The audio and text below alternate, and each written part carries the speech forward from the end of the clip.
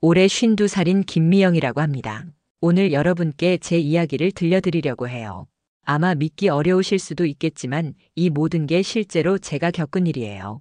첫 남편과 사별한 지 3년이 지났을 무렵이었습니다. 친구의 소개로 만난 분이 바로 대성그룹의 박 회장이었어요. 71살이셨죠. 처음 봤을 때 정말 인상이 좋았습니다. 키도 크시고 옷도 멋있게 입으셨고 무엇보다 말씀을 참 점잖게 하시더라고요. 지금 구독, 좋아요 누르고 사연을 들어주세요. 호텔 라운지에서 만났는데 웨이터들이 모두 고개를 숙여 인사하는 모습을 보면서 아, 정말 대단한 분이구나 싶었어요. 그분은 제게 이렇게 말씀하셨습니다. 미영 씨, 나이는 숫자에 불과해요. 중요한 건 마음이죠. 그때 저는 정말 가슴이 두근거렸습니다. 데이트를 할 때도 늘 고급 레스토랑에 데려가셨어요. 와인도 몇십만 원짜리로만 주문하시고 제가 뭘 먹고 싶다고 하면 망설임 없이 시켜주셨죠. 그런 모습을 보면서 저는 생각했어요. 이분과 함께라면 정말 행복할 수 있을 거라고요.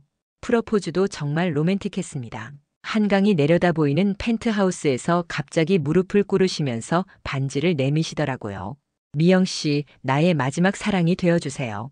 그 순간 저는 울컥했어요. 쉰이 넘어서도 이런 사랑을 받을 수 있구나 싶어서요. 결혼식도 화려했습니다. 서울 시내 최고급 호텔에서 300명이 넘는 하객들이 참석했어요. 모든 사람들이 저를 부러워하는 눈으로 바라봤죠. 제 친구들도 미영아 정말 잘됐다. 이제 걱정 없겠네 하면서 축하해줬어요. 하지만 신혼여행에서부터 뭔가 이상함을 느끼기 시작했습니다. 제주도 최고급 리조트에 머물렀는데 회장님이 갑자기 변하신 거예요. 공개적인 자리에서는 그렇게 신사적이셨던 분이 둘만 있을 때는 완전히 다른 모습이었어요. 아침에 일어나자마자 신문을 보시면서 혼잣말을 중얼거리시는데 그 내용이 회사 직원들 욕이었어요. 저기 있는 놈은 무능하고 여기 있는 놈은 배신자고 그런 말들을 계속 하시는 거예요. 저는 처음엔 스트레스가 많으셔서 그런가 보다 했죠. 그런데 식사 시간이 되면 더 심했어요. 음식 나오는 속도가 조금만 늦어도 짜증을 내시고 웨이터한테 소리를 지르시더라고요. 저는 당황해서 회장님 괜찮아요. 천천히 기다려도 된다고 말씀드렸는데 그분이 저를 쳐다보시면서 하신 말씀이 지금도 잊을 수가 없어요. 당신은 몰라요, 미영 씨. 내가 얼마나 많은 사람들을 먹여 살리는지. 시간이 곧 돈이라는 걸 이해 못 하시는군요. 그 순간 저는 뭔가 서늘한 기분이 들었습니다. 이분이 저를 보는 시선이 달라진 것 같았어요. 연애할 때는 저를 귀한 사람처럼 대해주셨는데 결혼하고 나니까 소유물을 대하는 듯한 느낌이었죠. 리조트에서 돌아와서 본격적으로 함께 살기 시작했는데 그때부터 진짜 충격적인 일들이 시작됐습니다. 회장님의 집은 한남동에 있는 200평짜리 저택이었어요. 정말 영화에서나 볼 법한 집이었죠. 하지만 그 화려한 집 안에서 벌어지는 일들은 정말 상상도 못했던 것들이었습니다. 한남동 저택에서의 첫날 밤을 아직도 생생하게 기억해요. 회장님은 저녁 8시에 집에 오셨습니다. 평소보다 일찍 오신 거였죠. 저는 기뻤어요. 신혼인데 일찍 와주시는구나 싶어서요. 하지만 그분의 첫마디가 저를 당황스럽게 했어요. 미영 씨, 앞으로 우리 집 규칙을 알려드릴게요. 저는 처음엔 그냥 부부간의 생활 패턴을 맞춰보자는 뜻인가 보다 했죠. 회장님이 말씀하시길 저녁은 항상 7시 반에 준비되어 있어야 하고 8시에는 함께 식사를 마쳐야 한다고 하셨어요. 그리고 9시가 되면 무조건 침실로 올라가야 한다는 거였습니다. 처음엔 그냥 일찍 잠자리에 드시는 분인가 보다 했어요. 나이도 있으시고 회사 일도 힘드실 텐데 충분히 이해할 수 있는 일이라고 생각했거든요. 그런데 첫날 밤 9시가 되자마자 회장님이 제 손을 잡고 침실로 올라가시더라고요. 그리고 갑자기 저를 침대에 앉히시면서 이렇게 말씀하셨어요. 자, 이제 아내의 의무를 다해주세요. 그 순간 저는 정말 당황스러웠습니다. 물론 부부니까 그런 관계를 가져야 한다는 건 알고 있었지만 뭔가 기계적이고 차갑게 느껴졌어요. 사랑이나 애정보다는 의무감으로 하는 것 같았거든요. 더 충격적인 건 그 다음이었어요. 회장님이 시계를 보시면서 말씀하시길 30분 안에 끝내야 한다고 하시는 거예요. 10시에는 무조건 잠자리에 들어야 한다면서요. 그 말을 들었을 때 정말 서늘한 기분이 들었습니다. 그 순간부터 저에게 매일 밤 9시는 공포의 시간이 되기 시작했어요. 시계 바늘이 9시를 향해 갈 때마다 가슴이 두근거리고 숨이 막혔습니다. 하지만 거부할 수도 없었어요. 한 번은 제가 몸이 좀 안 좋다고 말씀드린 적이 있어요. 정말 감기 기운이 있어서 말씀드린 건데 회장님이 화를 내시더라고요. 미영 씨, 부부가 되었으면 서로에게 의무가 있는 거예요. 개인적인 감정으로 그걸 소홀히 하면 안 되죠. 그때 저는 깨달았어요. 이분에게 저는 사랑하는 아내가 아니라 필요에 의해 드린 사람이구나 하고요. 연애할 때 그렇게 다정하게 해주시던 분이 어떻게 이럴 수 있는지 이해가 안 갔습니다. 더 견딜 수 없었던 건 그분의 방식이었어요. 전혀 제 기분이나 상태는 고려하지 않으시고 오직 본인 위주로만 모든 게 진행됐거든요. 저는 그냥 거기 있어야 하는 존재일 뿐이었어요. 어느 날 밤은 정말 힘들었습니다. 그날 제가 친정 어머니 병원에 모시고 갔다 와서 너무 지쳐 있었어요. 하지만 9시가 되자 회장님은 여전히 저를 부르셨죠. 제가 오늘은 정말 힘들다고 말씀드렸는데 그분이 하신 말씀이 지금도 귀에 생생해요. 미영 씨, 나도 매일 힘들어요. 하지만 해야 할 일은 해야 하는 거 아닌가요? 당신도 이제 회장 부인이니까 그런 개인적인 감정은 접어두세요. 그 말을 들었을 때 정말 눈물이 날 뻔했어요. 제가 지금까지 살아오면서 이렇게 취급받은 적이 없었거든요. 첫 번째 남편은 비록 돈은 많지 않았지만 저를 정말 소중하게 여겨줬어요. 아플 때는 따뜻하게 감싸주고 힘들 때는 함께 위로해주던 사람이었죠. 하지만 회장님은 달랐어요. 저는 그분에게 감정이 있는 사람이 아니라 그냥 기능을 하는 도구 같은 존재였습니다. 매일 밤 9시부터 10시까지 그 1시간은 정말 지옥 같았어요. 그런 날들이 계속되면서 저는 점점 우울해지기 시작했습니다. 낮에는 혼자 그 큰 집에서 시간을 보내야 했고 밤에는 그 끔찍한 시간을 견뎌내야 했거든요. 친구들을 만나서 하소연이라도 하고 싶었지만 어떻게 말할 수가 있겠어요. 그렇게 몇 달이 지나면서 저는 깨닫기 시작했습니다. 돈이 많다고 해서 사회적 지위가 높다고 해서 반드시 좋은 사람은 아니라는 걸요.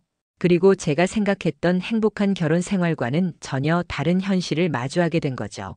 하지만 이건 시작에 불과했습니다. 정말 견딜 수 없는 일들은 따로 있었거든요.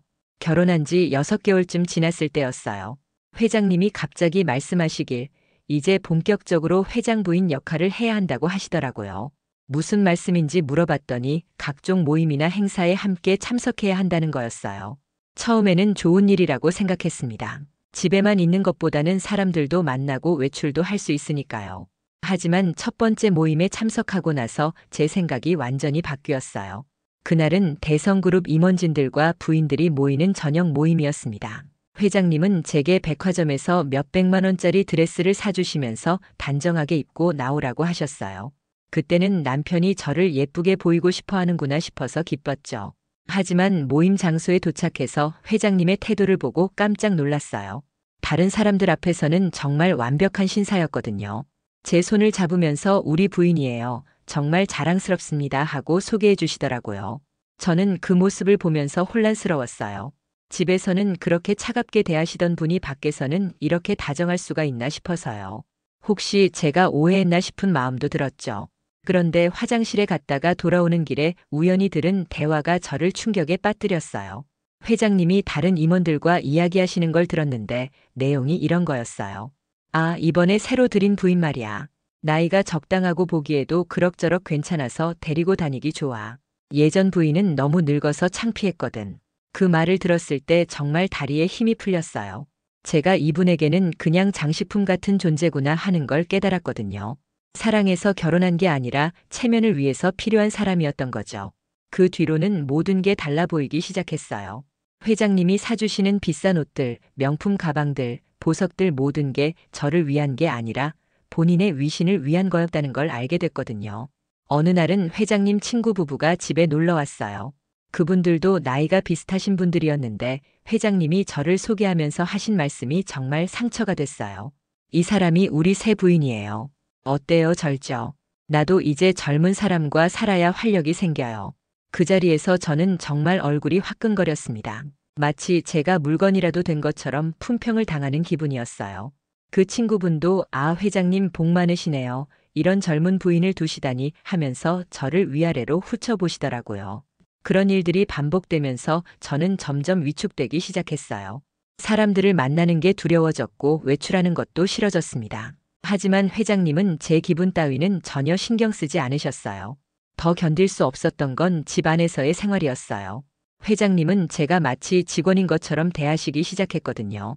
아침에 일어나면 신문과 커피를 준비해 놓으라고 하시고 옷도 미리 준비해 두라고 하셨어요. 한 번은 제가 감히 다른 의견을 말한 적이 있어요.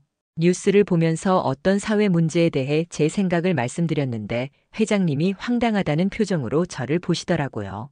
미영 씨, 당신이 그런 복잡한 일을 이해할 수 있을 거라고 생각하지 마세요. 그냥 집안일이나 잘 챙기면 돼요. 그 말을 들었을 때 정말 모욕감을 느꼈어요. 저도 사회생활을 했고 나름대로 생각이 있는 사람인데 마치 아무것도 모르는 사람 취급을 하시는 거예요. 제일 힘들었던 건 외로움이었어요. 그 큰 집에서 하루 종일 혼자 있으면서 누구와도 진솔한 대화를 나눌 수 없었거든요. 친구들한테는 걱정 끼치고 싶지 않아서 좋은 얘기만 했고 회장님과는 깊은 대화 자체가 불가능했어요. 돈은 정말 많았어요. 카드 한도도 없었고 뭘 사달라고 하면 다 사주셨죠. 하지만 그 어떤 것도 제 마음을 채워주지는 못했습니다. 오히려 그 모든 것들이 저를 올가매는 족쇄처럼 느껴졌어요. 어느 날 밤 거울을 보면서 문득 생각했어요. 지금 내 모습이 정말 행복해 보이나. 비싼 옷을 입고 명품 액세서리를 차고 있지만 눈에는 생기가 없고 표정도 어둡더라고요. 그때 깨달았습니다. 진짜 중요한 건 돈이 아니라 마음이구나. 서로를 존중하고 아끼는 마음 없이는 아무리 좋은 조건이라도 행복할 수 없다는 걸요. 하지만 그 깨달음이 제게는 더 큰 고통을 안겨주었습니다. 이미 결혼해버린 상황에서 어떻게 해야 할지 모르겠더라고요. 결정적인 순간은 결혼한 지 10개월째 되던 어느 날이었어요. 그날도 여느 때와 다름없이 9시가 되자 회장님이 저를 부르셨습니다. 하지만 그날은 제가 정말 몸이 안 좋았어요. 며칠째 잠도 제대로 못 자고 스트레스로 인해 두통이 심했거든요. 제가 조심스럽게 말씀드렸어요. 회장님, 오늘은 정말 몸이 너무 아파서요. 하루만 쉬면 안 될까요? 그런데 회장님의 반응은 정말 충격적이었습니다. 미영 씨, 지금 나를 거부하는 거요. 내가 당신을 위해서 얼마나 많은 걸 해주는데 이런 식으로 나올 거예요. 그 순간 저는 정말 한계에 다다랐다는 걸 느꼈어요. 더 이상은 견딜 수 없겠다는 생각이 들었거든요. 그래서 용기를 내서 말씀드렸습니다. 회장님, 저도 사람이에요. 감정도 있고 몸도 아플 수 있어요. 왜 그런 걸 이해해 주시지 않으세요? 그때 회장님이 하신 말씀이 제 인생을 바꿔놓았어요. 당신이 뭘 안다고 그런 말을 해요. 내가 당신한테 집도 주고 돈도 주고 있는데 그 정도 의무도 못하겠다는 거요. 그럼 나가세요. 당신 없어도 얼마든지 다른 사람 구할 수 있어요. 그 말을 들었을 때 정말 눈앞이 깜깜해졌어요. 아, 이 사람에게 나는 정말 언제든지 바꿀 수 있는 물건에 불과하구나 하는 걸 깨달았거든요. 그 순간 결심했습니다.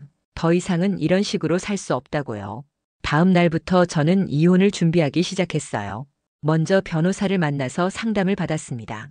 다행히 제가 가져온 재산도 있었고 결혼 전 계약서에도 몇 가지 조항이 있어서 완전히 빈손으로 나가지는 않을 수 있었어요. 회장님께 이혼 이야기를 꺼냈을 때는 정말 용기가 필요했어요. 하지만 더 이상 미룰 수는 없었거든요. 예상대로 회장님은 화를 내셨습니다. 미영 씨, 정신이 나갔어요. 당신이 나를 떠나면 뭘 할 수 있는데요. 나이도 있고 별로 가진 것도 없으면서요. 그 말이 저를 더욱 확신시켜줬어요. 이분은 정말로 저를 무시하고 있구나. 저에게는 아무런 가치도 없다고 생각하는구나 하고요. 이혼 과정은 생각보다 길었어요. 회장님이 끝까지 반대하셨거든요. 아마 체면 때문이었을 거예요. 회장이 결혼한 지 1년도 안 돼서 이혼한다는 소문이 나는 게 싫으셨던 것 같아요. 하지만 저는 포기하지 않았습니다. 제 친구들과 가족들도 처음엔 말렸어요. 그래도 경제적으로는 안정된 생활을 할 수 있는데 왜 그걸 포기하느냐고요. 하지만 저는 확신했어요. 돈보다 중요한 게 있다는 걸요. 결국 1년 2개월 만에 이혼이 성사됐습니다. 그날 법원을 나서면서 정말 홀가분한 기분이 들었어요. 마치 무거운 짐을 내려놓은 것 같았거든요. 지금은 작은 아파트에서 혼자 살고 있어요. 예전처럼 큰 집도 아니고 비싼 차도 없지만 정말 평안합니다. 무엇보다 제 자신으로 살 수 있다는 게 가장 큰 축복이에요. 요즘은 취미 활동도 하고 친구들도 자주 만나고 있어요. 오랜만에 웃음이 나오더라고요. 진짜 마음에서 우러나오는 웃음말이에요. 가끔 사람들이 물어봐요. 후회하지 않느냐고요. 솔직히 말씀드리면 그 결혼 자체는 후회해요. 하지만 그 경험을 통해서 배운 것들은 후회하지 않습니다. 제가 배운 가장 중요한 교훈은 이거예요. 나이가 들었다고 해서 혼자라고 해서 절대 타협하면 안 된다는 거예요. 특히 자존감을 포기해서는 안 돼요. 많은 분들이 황혼재혼을 생각하실 텐데 정말 신중하게 결정하셨으면 좋겠어요. 경제적인 조건만 보지 마시고 그 사람이 나를 어떻게 대하는지, 진짜 나를 존중해 주는지 꼭 확인해 보세요. 그리고 결혼 후에도 자신의 의견을 당당하게 말할 수 있는 관계인지, 서로 배려하고 이해하려고 노력하는 사람인지 잘 살펴보셔야 해요. 저는 이제 다시는 결혼하지 않을 생각이에요. 혼자 사는 게 이렇게 좋을 줄 몰랐거든요. 물론 가끔 외로울 때도 있지만 그래도 누군가에게 무시당하고 상처받는 것보다는 훨씬 낫다고 생각해요. 지금 저와 비슷한 상황에 계신 분들이 있다면 용기를 내세요. 나이가 많다고 경제적으로 어렵다고 해서 참고 살 필요는 없어요. 진정한 행복은 돈이 아니라 마음의 평화에서 나온다는 걸 꼭 기억해 주세요. 제 이야기가 조금이라도 도움이 되셨으면 좋겠어요. 혹시 지금 고민하고 계신 분들이 있다면 제발 자신을 소중히 여기는 선택을 하시길 바랍니다. 우리 모두는 존중받을 권리가 있어요. 나이와 상관없이 말이에요. 감사합니다.